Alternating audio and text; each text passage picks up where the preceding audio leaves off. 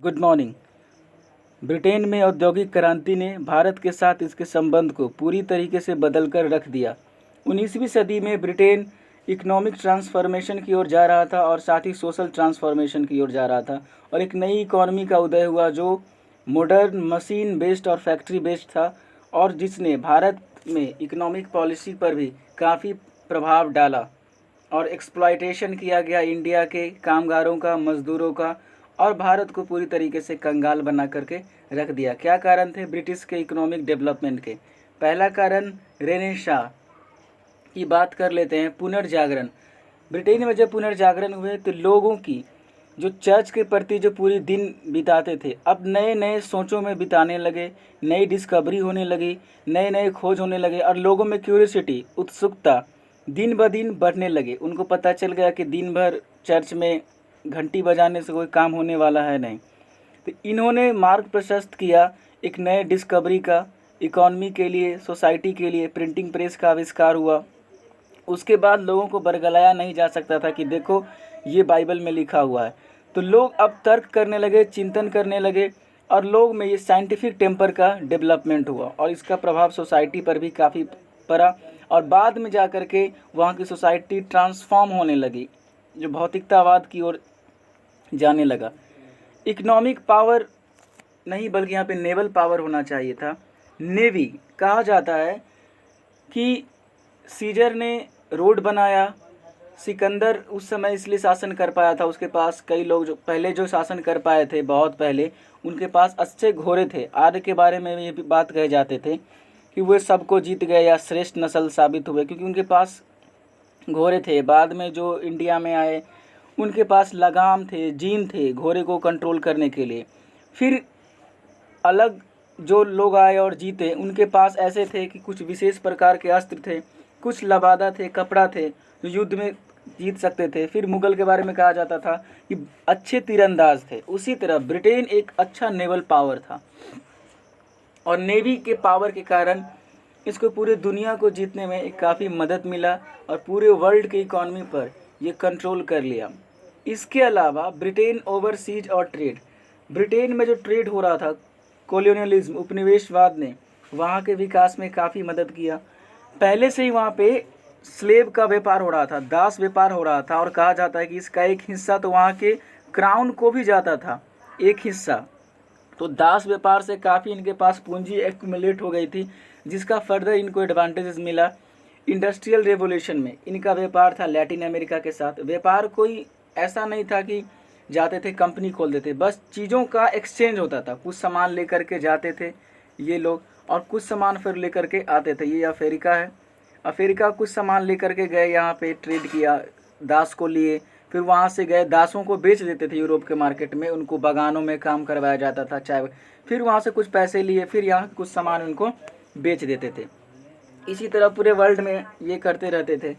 बाद में देखे कि इंडिया के का जो बैलेंस ऑफ ट्रेड है हमेशा भारत के ही पक्ष में रहता था।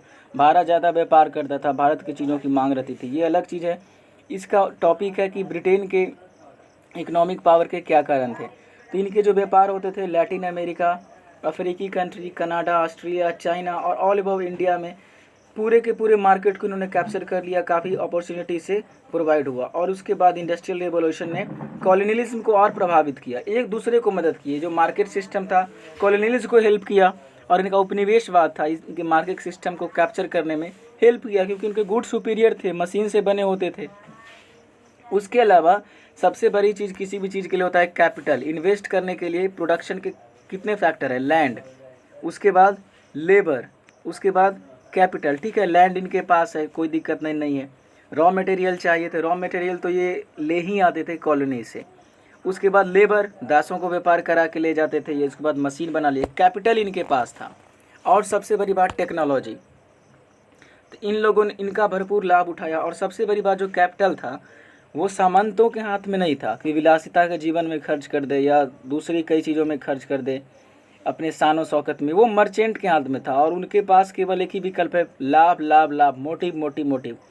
तो लाभ से ही बस वो प्रेरित थे। तो उन्होंने इन्वेस्ट करना अच्छा समझा, न कि लग्जरियस लाइफ जीने में। और कहाँ इन्वेस्ट किया जाए, कैसे इन्वेस्ट किया जाए, इनमें उनको कोई दिक्कत नहीं था। उनके पास एक लंबा अनुभव था ट्रेड का।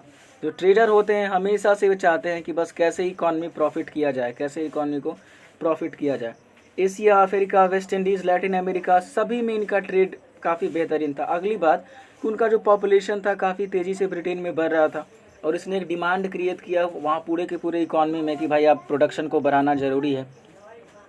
पॉपुलेशन बढ़ने के बाद डिमांड भी आए और उनके पास हैंड भी आए। हालांकि अब ये तर्क तो निगेटिव दिया जाता है कि इंक्रीज ऑफ पॉपुलेशन जो इकोनॉमिक डेवलपमेंट को हैम्पर करता है, लेकिन उस समय एक हद के बाद ज़्यादा डेवलपमेंट नुकसान करता है। उस समय दुनिया की पॉपुलेशन उतनी ज़्यादा थी नहीं। और सबसे बड़ी बात है कि सपोर्ट ऑफ गवर्नमेंट, सरकार वहाँ पे क्या चाहती है। ब्रिटेन इंडिया में सफल हो पाए उसमें एक और कारण था support of government. French fail कर गए उसका कारण यही था, गवर्नमेंट का नेचर या कोई भी दुनिया में। अब उनके पास पैसा है, सरकार अपीजमेंट पॉलिसी ला रही है, तुष्टीकरण पॉलिसी आ रही है, टायर चलाओ योजना, बांस काटो योजना, कबड्डी खेलो योजना, लाठी फेंको योजना।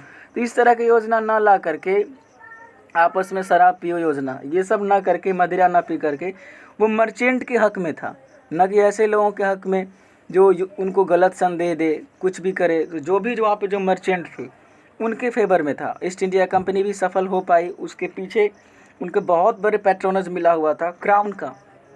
अगली बात कि ब्रिटिश गवर्नमेंट का जो इन्फ्लुएंस था वो इंटरेस्ट काफ़ी अच्छे साधता था मर्चेंटों का, तो ये तो सही है। के अलावा सबसे बड़ी चीज़, अगर सब कुछ हो, गवर्नमेंट भी चाहती है कि पॉलिटिकल विल है, राजनीतिक इच्छा शक्ति है कि हाँ हम कुछ करेंगे। आपके पास लैंड भी है, ठीक है, बहुत उर्वरक ज़मीन है जो भारत के पास है, लेबर भी है, कैपिटल भी है, ठीक है, पैसा कुछ है, लेकिन आपके पास टेक्नोलॉजी ही नहीं है। आज हम आप सब कुछ बनाना चाहे, बुलेट ट्रेन कहाँ जापान से लाना होगा, ये नहीं, ये बहुत बड़ा फैक्टर होता है। तो उस समय कई ऐसे इन्वेंशन हो रहे थे जैसे कि जेम्स वाट ने कर दिया, क्रैम्पटन, कार्टराइट, हार्गविज और स्पिनिंग जेनी का आविष्कार हुआ जो कि प्रोडक्शन में काफ़ी क्रांति ला दिया। लेकिन यहाँ पे यह ध्यान रखना बहुत ज़रूरी है कि ये इन्वेंशन इंडस्ट्रियल रेवोल्यूशन के कारण नहीं थे, rather it was desire of manufacturer to increase production rapidly for the expanding market and their capacity to invest the needed capital which led them to utilize existing technology. तो ये बहुत बड़ी बात है। इंडस्ट्रियल रेवोल्यूशन को इस sense में कभी नहीं कह सकते हैं कि भाई ये इसलिए आया क्योंकि उन्होंने डेवलपमेंट आया। ये डेवलपमेंट डिजायर के लिए कारण था कि और कैसे डेवलप करें मार्केट को, और कैसे हम इकोनॉमी को एक्सपैंड करें। तब जाकर उन्होंने सोचा कि अब मशीन बनाया जाए। और इतने सारे फैक्टर के बाद एक और कारण था, ऑफ कोर्स इन सब के कारण ब्रिटेन कुछ नहीं कर पाती थी, उनके पास टेक्नोलॉजी था, लेकिन सबसे बड़ी बात मार्केट में अगर वो चीज़, अगर उनके पास मार्केट ना होगा, रॉ मटेरियल नहीं होगा, कॉटन उनके पास होगा ही नहीं, तो कहाँ से वो कपड़ा बनाएंगे।